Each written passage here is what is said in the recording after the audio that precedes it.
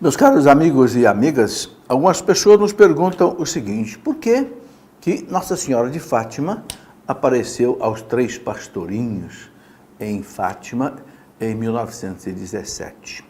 Bom, evidentemente, só Deus sabe por quê, né? Para que haja uma aparição dessa, evidentemente, tem que ter autorização de Deus. Nossa Senhora teria dito a uma vidente que se Jesus permitisse, ela apareceria muito mais vezes. É porque não está no plano de Deus salvar a humanidade através de aparições. A humanidade será salva pela pregação do Evangelho, através da igreja, com a vivência dos sacramentos.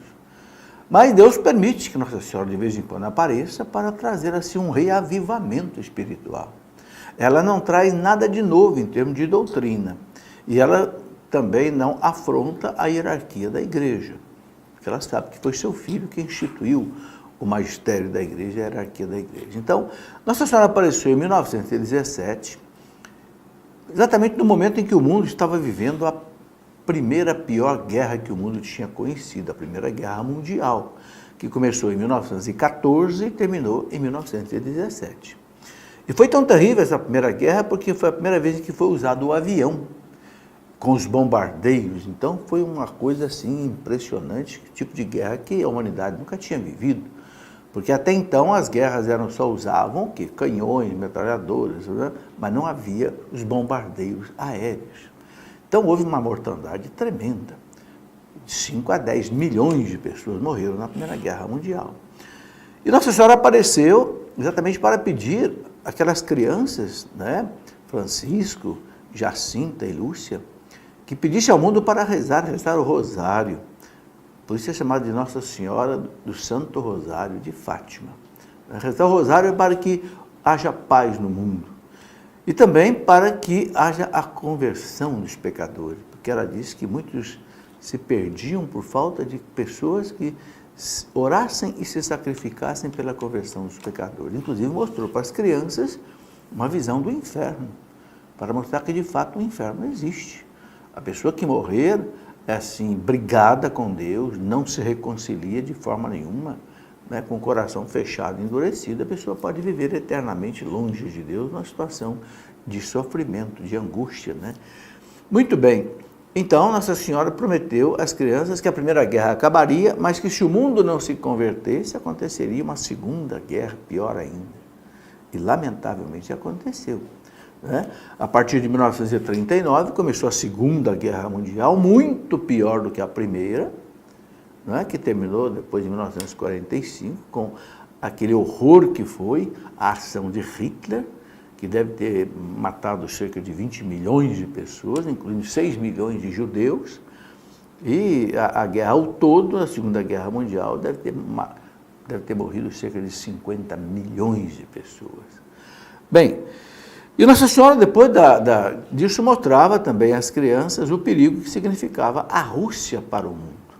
E ela pedia que a Rússia fosse consagrada ao seu Imaculado Coração, porque a Rússia espalharia os seus erros pelo mundo afora. E realmente, depois da Segunda Guerra Mundial, 1945, foi colocado aquele muro de Berlim terrível, dividindo a Alemanha em Berlim Ocidental, Berlim Oriental, uma coisa catastrófica, dividiu parentes para cada lado, sem poderem se comunicar mais, né? Mas Nossa Senhora deixou um terceiro segredo, que foi depois revelado pelo Papa João Paulo II, exatamente no ano 2000, porque se referia exatamente ao Papa João Paulo II. Ele sofreu um atentado no ano de 1981, exatamente no dia de Nossa Senhora de Fátima, 13 de maio, por aquele terrorista turco Ali Agca, no Vaticano, né?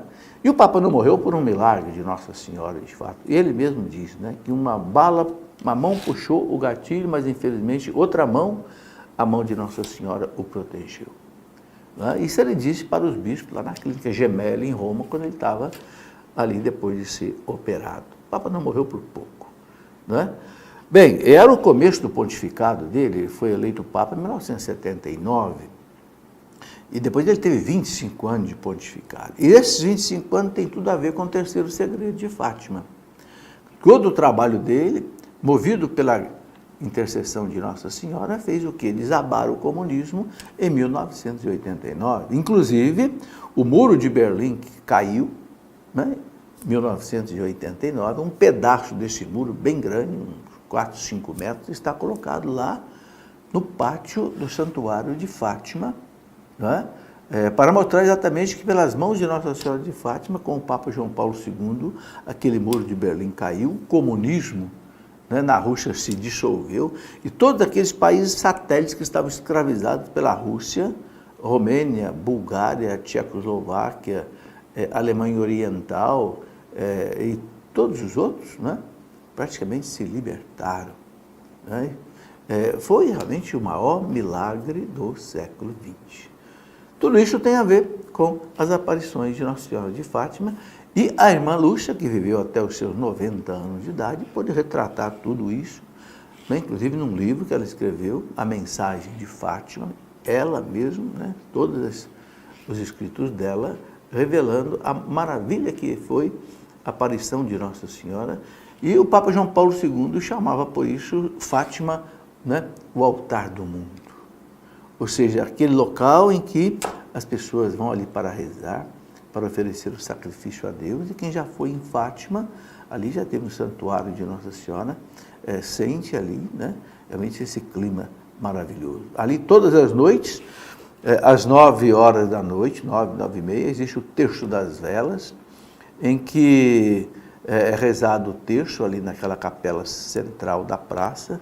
Cada mistério é rezado numa língua diferente, porque ali vem gente de todos os povos, japoneses, chineses, ingleses, alemães, italianos, brasileiros.